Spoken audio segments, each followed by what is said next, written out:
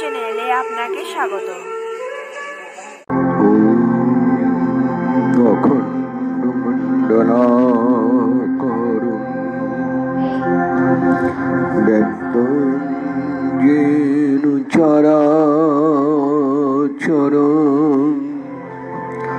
তদপদম দর্শিতাং येन तस्मै श्री गुरवे नमः। वन्दे अहं श्री गुरुर्सियुतपदकमलं श्री गुरुन् वैष्णवांश्च श्रीरूपं सागरजातम् सहगण रघुनाथं नितान्तं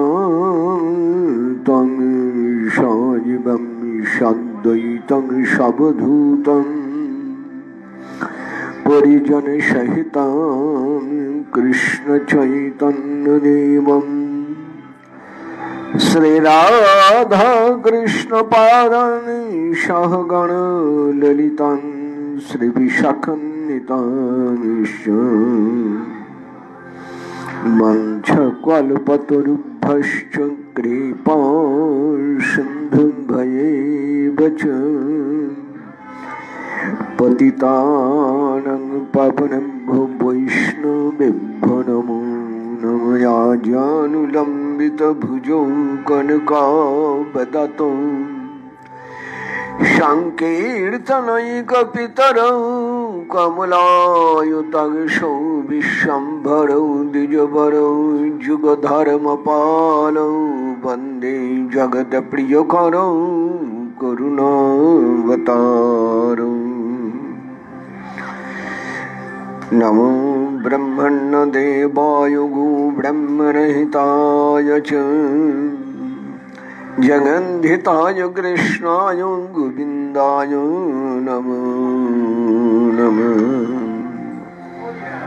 हे कृष्ण करुणा सिन्धु दीनबन्धु जगत्पते गोपेश गोपिका कान्त राधा कान्त नमोस्तुते।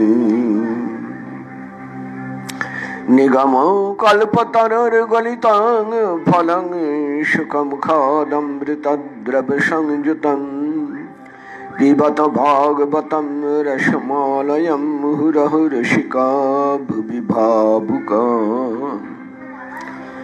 निताय गौर हरि बोल निताय गौर हरि बोल निताय गौर हरि हरि। अथ श्रीमद्भागवते दशमी सप्तचत्वारिंशतितमोऽध्याये परीक्षित शुकसंवादी श्री राधिका वाक्यम जदौनुचरित लीलाकारण पीयूष विप्रोथ शक्री ददन विधूत नंद धर्मा विनष्टः सपदि गृह कुटुंबंग दीन मुत्सच्च दीना बहव इह विहंगा भिक्षुचर्यां चरन्ति। जय निताई जय गौर हरि। प्रणाम श्री गुरु चरणारविंदे, प्रणाम सकल वैष्णव चरणी, प्रणाम प्रभु निताई गौर हरि। श्री राधा वल्लभ श्री राधा राधा वल्लभ गोपाल जी नारायण श्रीमद् भागवत वृंदादेवी मंदिरे सकल देवता सकल के प्रणाम। गतकाल শুনেছিলেন শ্রীমদ্ ভাগবতের দ্বাদশ স্কন্ধের এক অপূর্ব মন্ত্র। মনে আছে নিশ্চয় মন্ত্রটি? আবার বলি, মন্ত্রটি মনে রাখার মতোই। তদেব রম্য রুচিরং নবং রবম তদেব শশন মনসো মহোৎসবম তদেব শোকার্ণব শোষণং নৃণাম যদুত্তম শ্লোক যশোনুগীয়তে। কৃষ্ণ কথা, রমণীয় কথা, কৃষ্ণ কথা শুনতেও ভালো লাগে, মনেও চিন্তা করতেও ভালো লাগে। প্রত্যেকক্ষণে নব নবায়মান কৃষ্ণ কথা। কৃষ্ণ কথা শ্রবণ মানে সমস্ত ইন্দ্রিয় প্রকৃতিকে নিয়ে মহোৎসব। এটা গেল আস্বাদনে। আর কাজের দিক থেকে কৃষ্ণ কথা আমাদের সকল শোক দুঃখকে শোষণ করে নেয়। যেমন মাটি জলকে শোষণ করে নেয়, আগুনের তাপ যেমন জলকে শোষণ করে নেয়, বায়ু যেমন জলকে শোষণ করে নেয়, এইভাবে আমাদের যত শোক দুঃখ তাপ সবকিছু শোষণ করে নেন কৃষ্ণ কথা। এই পর্যন্ত কালকে শুনেছেন। এবার আরেকটি মন্ত্র, শ্রীমদ্ ভাগবতের আরেকটি মন্ত্র, এটি দ্বিতীয় স্কন্ধে দ্বিতীয় অধ্যায়তে বলছেন 37 নম্বর মন্ত্রটি। দ্বিতীয় স্কন্ধের দ্বিতীয় অধ্যায় 37তম মন্ত্রটি। শুকদেব মহারাজ পরীক্ষিতের কাছে বসেছেন। মহারাজ পরীক্ষিতকে বলছেন, মহারাজ পরীক্ষিত কথা আরম্ভ করেছেন। তিনি বললেন, আমি মৃত্যু পথযাত্রী, আমি জানি না এখন আমার কর্তব্য কি। মৃত্যু যার আসন্ন তার কর্তব্য বলুন, আমার কি কর্তব্য সেটি বলে দিন আপনি।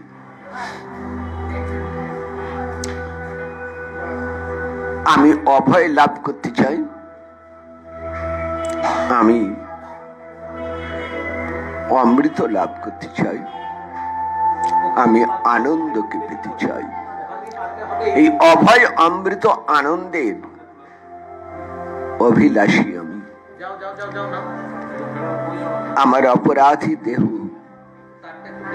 আমি কি পাবো শ্রী গোবিন্দের কৃপা লাভ করতে? জীবনের সর্বশেষে শেষ মুহূর্তে তিনি আসবেন। আমার পিতামহগণের পরম বান্ধব, যখনই পাণ্ডবগণ কোনো না কোনো ভাবে লাঞ্ছিত বিপর্যস্ত, তখনই সহায় হয়ে শ্রী গোবিন্দ এসে দাঁড়িয়েছেন। তাদেরই নাতি আমি। মাতৃগর্ভে যখন আমার প্রাণ যায় সেই সময় তিনি এই সময় বাঁচিয়েছেন। আজ জীবনের শেষ সময় তো কি তিনি আসবেন আমার কাছে? কোন উপায়ে আসবেন? আমি তো ডাকার মতন ডাকতে জানি না।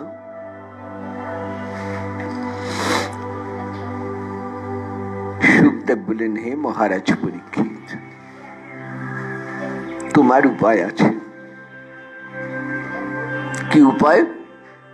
তুমি মৃত্যুকে জয় করে অমৃতের অধিকারী, অমৃত পানের অধিকারী হতে পারো। তুমি অভয় লাভ করতে পারো, তুমি আনন্দকে পেতে পারো। তোমাকে পান করতে হবে, শুধু তোমাকে নয়, সবার কথাই বলি। পিবন্তি বহু বচন দিয়েছেন, এখানে দেখুন মন্ত্রটি শুনুন। পিবন্তি যে ভগবত আত্মনা শতাম কথামৃতম শ্রবণ পুটেষু সম্ভৃতম পুনন্তি তে বিষয় বিদূষিতাশয়ম ব্রজন্তি তচ্চ চরণং শররুহান্তিকম। অপূর্ব মন্ত্রটি। দুটো কথা বলা হয়েছে। যারা পান করেন, একজন নয়, বহু বচন। যারা পান করেন কিভাবে? কর্ণপুটেষু শ্রবণপুটেষু, এই কান দিয়ে যারা শ্রবণ করেন, যারা শুনেন। কি শোনেন? আত্মনা ভগবত আত্মনা, শ্রী ভগবানের কথা যারা শ্রবণ করেন, পান করেন, কথামৃতম যারা পান করেন। আমি তোমাকে এক অমৃত পান করাতে এসেছি মহারাজ। সুখদেব বলছেন, আমি তোমাকে অমৃত পান করাতে এসেছি, যে অমৃত পান করলে মৃত্যুকে জয় করা যায়। এই অমৃত সমুদ্র মন্থনের অমৃত নয়, এই অমৃত তার চাইতে আরো বড় অমৃত। এই অমৃত কৃষ্ণ কথা অমৃত, সেই কৃষ্ণ কথারূপ অমৃত আমি তোমাকে পান করাতে এসেছি। শুধু তোমাকে নয়, অখিল মানব লোককে আমি এই অমৃত পান করাতে এসেছি। যারা পান করেন কোথায় পাবেন তারা? শতাম। যারা সত্যকে ধরে আছেন, যারা গোবিন্দের চরণ সেবা নিয়ে আছেন, যারা গোবিন্দের ভজন নিয়ে আছেন, সেই ভজননিষ্ঠ সাধুগণের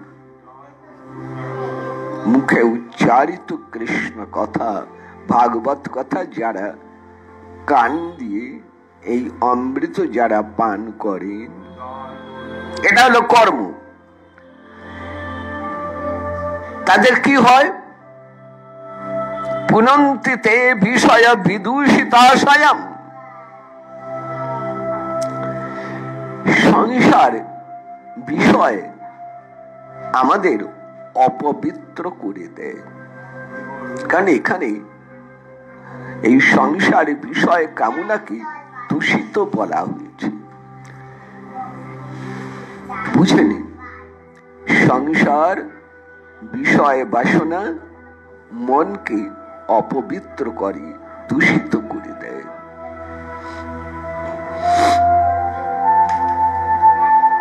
সুখদেব কত তীব্র ভাষায় সাংসারিক কামনাকে নিন্দা করেছেন। দেখুন, কৃষ্ণ কামনা, ভজন কামনা পরম শুদ্ধ গঙ্গা জলের মতো, কিন্তু বিষয় বাসনা নোংরা কাদা জলের মতো।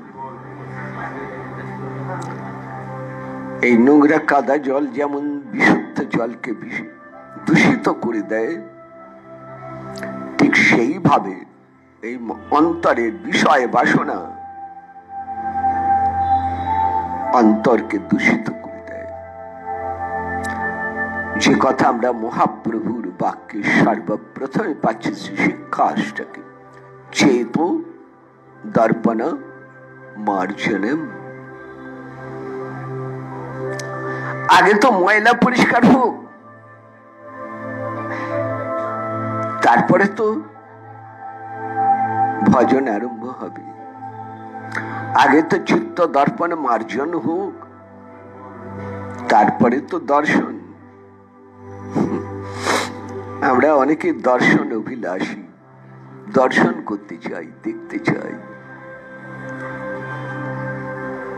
দেখতে চাই রাধারানীকে, দেখতে চাই শ্রী গোবিন্দকে, দেখতে চাই নিতাই চাঁদকে, দেখতে চাই মহাপ্রভুকে, দেখতে চাই অপ্রাকৃত বৃন্দাবন ধামকে।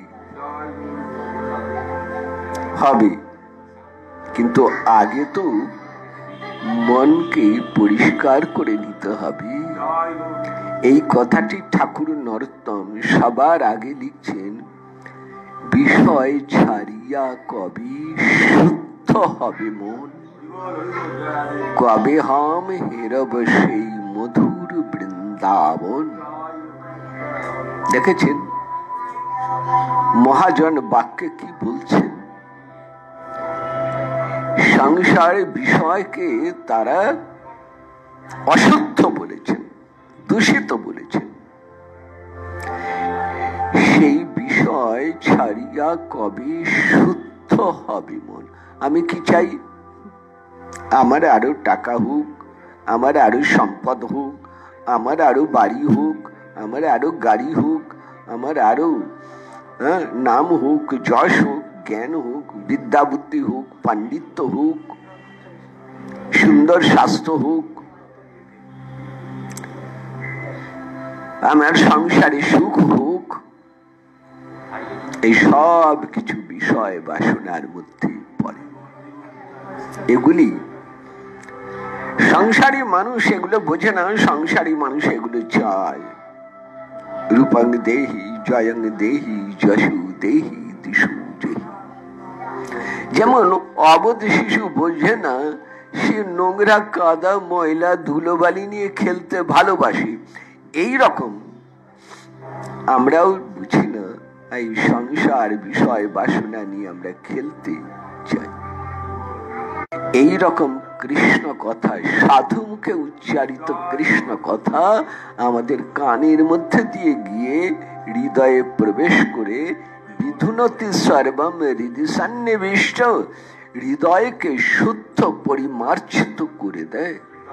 আমাদের মনের ভেতরে লোভ আছে, হিংসা আছে, ক্রোধ আছে, কাম আছে, অহংকার আছে, সেইগুলো সব সরিয়ে দেয় এই কৃষ্ণ কথা। আপনারা জানেন মহাপ্রভু অমোঘকে, সার্বভৌম ভট্টাচার্য পাদের জামাই অমোঘকে শিক্ষা দিতে গিয়ে বলেছিলেন, অমোঘ, হৃদয় ক্ষেত্র কৃষ্ণের বসার স্থান। শ্রী গোবিন্দকে ডাকছো, তিনি আসবেন, কিন্তু তাকে বসতে দেবে কোথায়? নোংরা ময়লা হৃদয়ে কৃষ্ণ বসতে পারেন না। না, কৃষ্ণকে বসে। আপনার কোন প্রিয়জন যখন আপনার কাছে আসেন, আপনার বাড়িতে আসেন, আপনি তাকে পরিষ্কার শুদ্ধ জায়গায় তাকে বসতে দেন। এই রকম শ্রী গোবিন্দ যখন আপনার আবাহনে, আপনার ডাকে সাড়া দিয়ে আসেন, তাকে বসতে দেবেন কোথায়? হৃদয়। মহাপ্রভু বলছেন, সেই হৃদয় ক্ষেত্র যদি কলুষিত হয়, হৃদয় ক্ষেত্র যদি দূষিত হয়, অশুদ্ধ হয়, তবে সেখানে কি কৃষ্ণ বসতে পারেন? পারেন না। তুমি তোমার হৃদয় ক্ষেত্রে সেই মাৎসর্যকে, কাম ক্রোধ লোভ মোহ মদ মাৎসর্যকে বসিয়ে হৃদয় ক্ষেত্রকে অপবিত্র করে দিয়েছ। কৃষ্ণ বসবেন কোথায় তোমার হৃদয়ে? তবে হ্যাঁ, এখনো সময় আছে। উঠহ, মহাপ্রভুর বাক্যগুলো দেখুন, কথাগুলো দেখুন।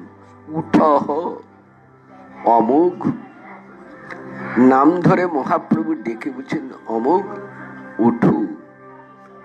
উঠো মানে রোগ সজ্জা থেকে উঠো নয়, উঠো মানে এই মানসিক অশুদ্ধতা থেকে উঠে দাঁড়াও।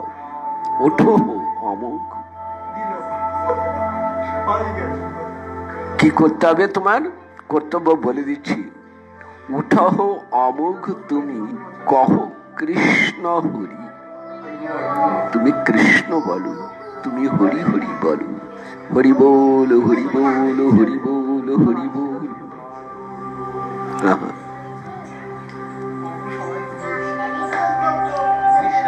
মন্দিরে বসুন, প্রভুর চিত্রপট বা বিগ্রহের সামনে বসুন, স্থির হয়ে বলুন, আমি হরিনাম গ্রহণ করি। যে হরিনাম আমি গুরুর মুখে শুনেছি, যে হরিনাম আমি ভক্তের মুখে শুনেছি, যে হরিনাম আমি সাধুর মুখে শুনেছি, সেই হরিনাম আমি গ্রহণ করি। আমার হৃদয় মার্জিত হোক, আমার হৃদয় শুদ্ধ হোক, আমার হৃদয় কৃষ্ণের বসার উপযুক্ত হোক। হরি বল হরি বল হরি বল হরি বল হরি বল হরি বল হরি বল হরি বল। কৃষ্ণ কেশব কৃষ্ণ কেশব কৃষ্ণ কেশব পাহি মাম। রাম রাঘব রাম রাঘব রাম রাঘব রক্ষম।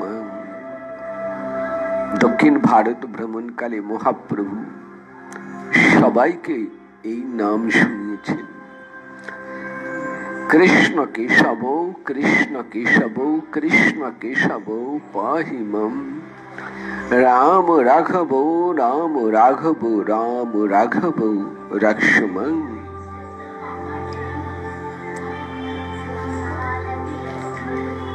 এই নামের গুণে হৃদয় শুদ্ধ হবে, দেখবেন নিশ্চয় নামের কৃপায় এক সময় হৃদয় শুদ্ধ হবে।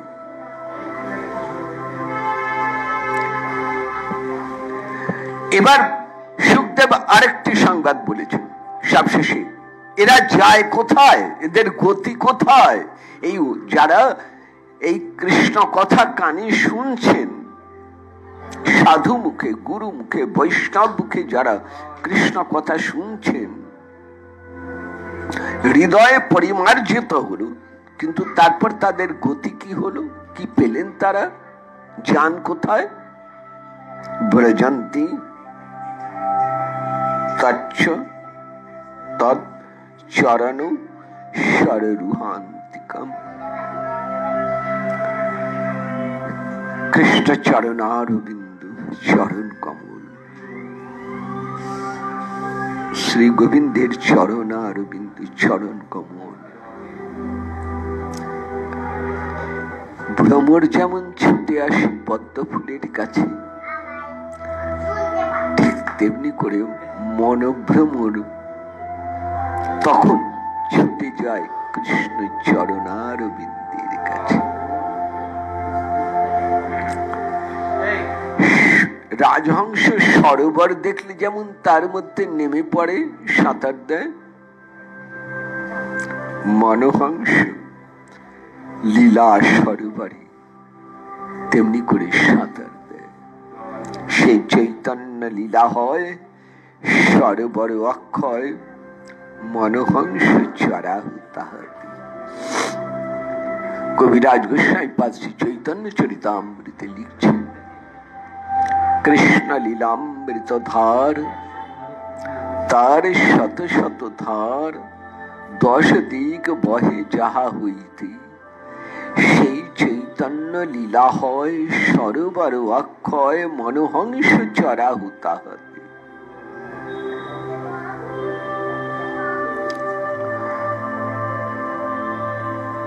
একটাই সরোবর, লীলা সরোবর, তার 2টা ঘাট। কবিরাজ গোস্বামী পাদের কলমের তুলনা নেই। একটাই সরোবর, লীলা সরোবর,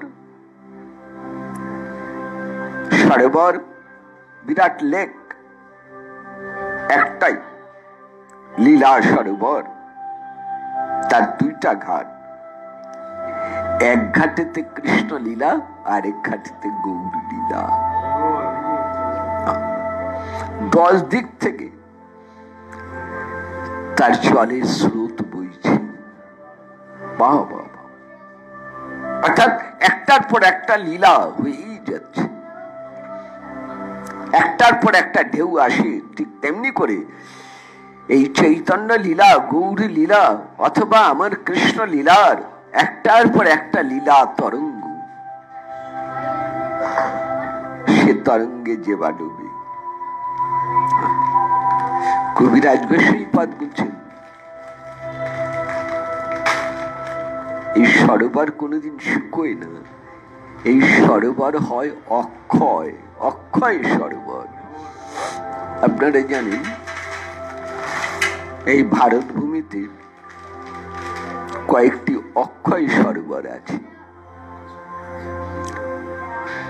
যেমন কৈলাস পর্বতে সন্নিহিত মানস সরোবর অক্ষয় সরোবর, যেমন আমাদের শ্রী রাধাকুণ্ড অক্ষয় সরোবর, যেমন ভুবনেশ্বরে বিন্দু সরোবর অক্ষয় সরোবর, যেমন নৈমিষারণ্যে চক্রতীর্থ অক্ষয় সরোবর, যেমন পুষ্কর তীর্থে ব্রহ্মহ্রদ পুষ্কর হ্রদ অক্ষয় সরোবর, যা কোনোদিন শুকোয় না। কিন্তু প্রকৃত অক্ষয় সরোবর কোথায়? গৌর লীলা কৃষ্ণ লীলা সেই সর্বরক্ষয়। তোমার মনোহংস চড়াহ তাহাতে, তোমার মন যেন সেই রাজহাঁসের মতন সেই লীলা সরোবরে অনায়াসে সাঁতার দিয়ে ঘুরে বেড়ায় পরমানন্দ ভরে।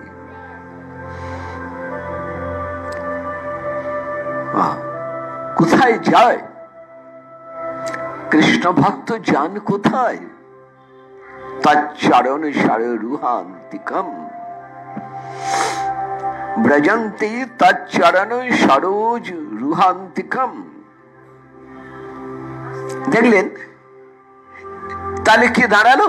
কৃষ্ণ কথা আপনি পান করলেন আর সমস্ত বিষয় বাসনা মন থেকে দূর হয়ে গেল। আপনাকে দূর করতে হলো না, কৃষ্ণ কথাই সব দূর করে দিলেন। শুধু দূর করে দিলেন না, কি দিলেন? প্রেম দান করলেন। যে প্রেম পেলে সোজা ভগবানের চরণে পৌঁছে যাওয়া যায়। বিনা প্রেম সে নাহি মিলে নন্দলালা। বৃন্দাবনে ঢোকার টিকিটই হচ্ছে প্রেম। প্রেম না হলে বৃন্দাবনে ঢোকা যায় না। বিনা প্রেম সে নাহি মিলে নন্দলালা। মীরাবাই জগৎকে জানিয়েছেন, ওগো যদি বৃন্দাবনে নন্দলালাকে পেতে হয় তবে তোমাকে অবশ্যই সংগ্রহ করে নিতে হবে প্রেম। আর সেই প্রেম দিতে পারেন একমাত্র ভাগবত কথা, কৃষ্ণ কথা, সাধু মুখে, বৈষ্ণব মুখে, গুরু মুখে উচ্চারিত কৃষ্ণ কথাই সেই প্রেম এনে দিতে পারেন। এরকম সাধনা আর নেই। কোটি জপ করুন, কোটি ধ্যান করুন, কোটি পূজা করুন, কোটি তপস্যা করুন, কোটি যোগ সাধনা করুন, কোটি জ্ঞান বিচার করুন, কোনটাই আপনাকে এই জায়গায় পৌঁছে দিতে পারবে না। গোবিন্দ চরণ কমলে পৌঁছে দিতে পারে একমাত্র এই ভাগবতী কথা, প্রেম। ফুলের মধ্যে যেমন সুগন্ধ, সেই রকম এই কৃষ্ণ কথার মধ্যে, সাধু মুখে, গুরু মুখে, বৈষ্ণব মুখে কৃষ্ণ কথার মধ্যে সেই প্রেম সুগন্ধ রয়েছে। সেই প্রেম তাকে নিয়ে যায়। ভক্তির এবেই অঙ্গ নয়াতি, ভক্তির এবেই অঙ্গ দর্শায়তি, ভক্তি বসা পুরুষ। তাহলে বুঝতে পারছেন কত ক্ষমতা এই শ্রবণের, এই কৃষ্ণ কথা শ্রবণের কেমন ক্ষমতা, কতখানি ক্ষমতা।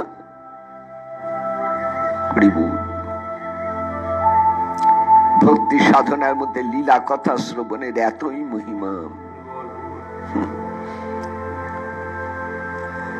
ভাগবতে তার অজস্র প্রমাণ আছে। আজকের ভাগবতী কথার মধ্যে সময় সংক্ষেপে কারণে বিরতি রাখছি। আগামীকাল যথারীতি যেমন 8টার সময় ভাগবত কথা শোনেন সেরকম শুনতে পাবেন। আগামীকাল রাত্রি 8টায়। কালকে শোনাবো যারা ভগবানের চরণ কমলে পৌঁছেছেন তারা কি চান ভগবানের কাছে, তাদের কি কামনা, কি চান তারা।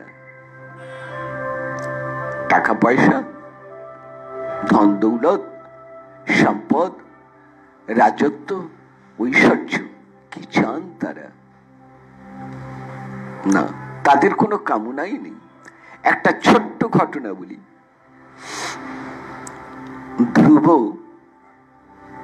ধ্রুবের কথা জানেন?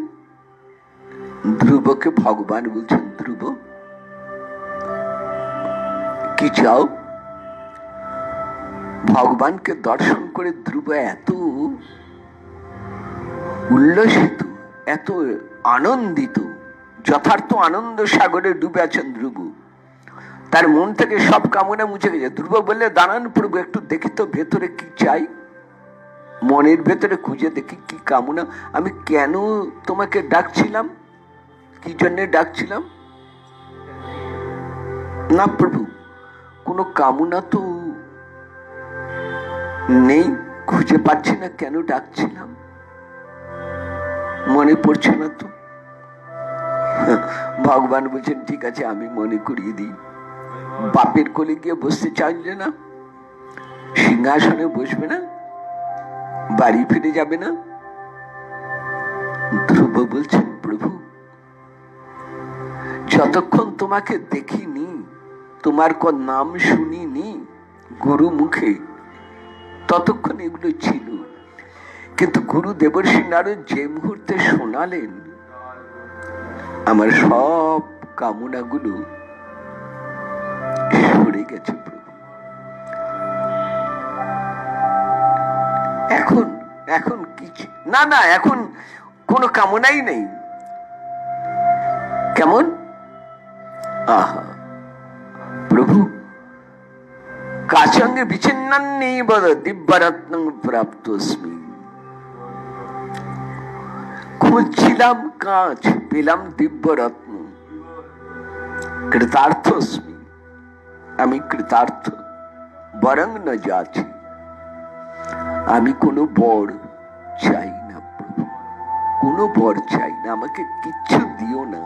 আমি তোমার চরণ দর্শন পেয়েছি, তোমার প্রসন্ন মধুর হাসিটুকু দেখেছি, আমার সব কিছু পাওয়া হয়েছে, আর আমার কিছু দরকার নেই।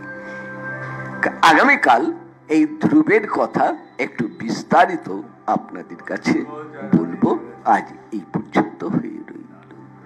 সকলকেই আমার প্রণাম। নিতাই গৌর হরি বল, নিতাই গৌর হরি বল, নিতাই গৌর হরি বল।